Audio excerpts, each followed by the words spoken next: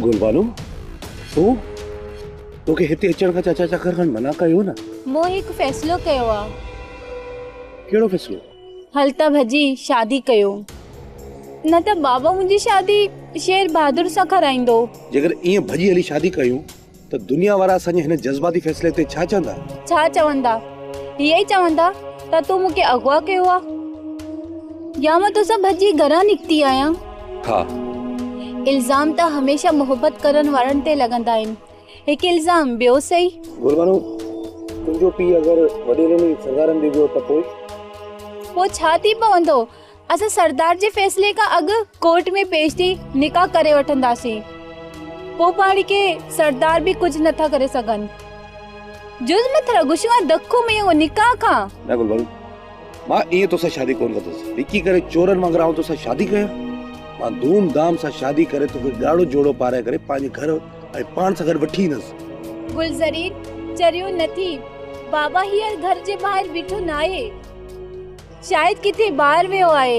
गुलबानू तूं थोरो सब्र कर। मांजी कस्बानू अदा वारनि सभु कुझु ॿुधाईंदी ऐं हू मुंहिंजो ॿुधी करे हिते ज़रूर ईंदा। हमलो कंदा बाबा वारनि ते, असांजे घर ते? न न, हू कीअं करे पाण हितां कढी हलंदा। मां तोखे विञाइण नथी चाहियां, हल मूंसां। गुलबानू तूं जज़्बात में अची इहो फ़ैसिलो करे रही आहीं ऐं हिन फ़ैसिले ते वॾो तूफ़ान ईंदो ऐं उन में पाण ॿई टुटी भोरा भोरा थी वेंदासीं। मां जेको कुझु करे रही आहियां सही करे रही आहियां। गुलज़रीन हल हींअर ई निकाह था कयो। दखो गुलज़रीन।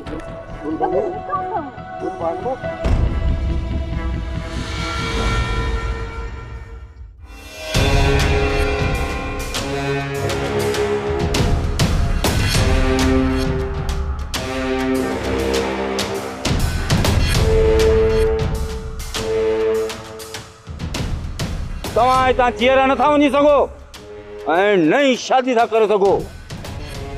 गुलबानू जी शादी उते थींदी जिते मां चाहींदुसि। बाबा मां शादी गुलज़रीन सां कंदसि, न त न कंदसि।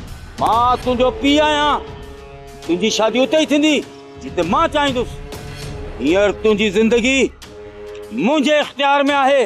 तव्हांखे मुंहिंजी ज़िंदगी ते इख्तियार आहे पर मौत ते न आहे। मां मरी वेंदसि पर ॿिए सां शादी कॾहिं कोन कंदसि। त पोइ अॼु हिकु पीउ पंहिंजी बदतमीज़ धीअ जो खून करे कोहिस्तान में हिकु नई तारीख़ जोड़ींदो। चाचा ईअं न कयो, मां तव्हांखे हथ थो ॿधा। गुलबानू अॻु पहिरीं मूंखे मारियो। मूंखे ॿिन्ही जो खून करणो आहे। पोइ अॻु में केरु थो मरे को फ़र्क़ु नथो पए।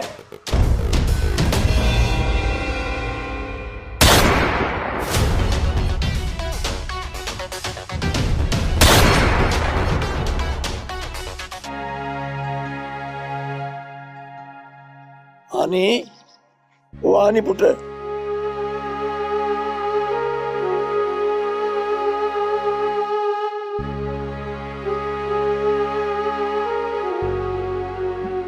जी बाबा।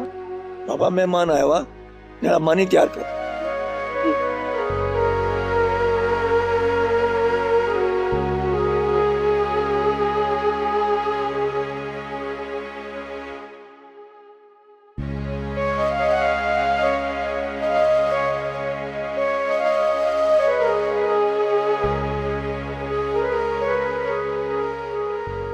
मानी में अञा देर आहे,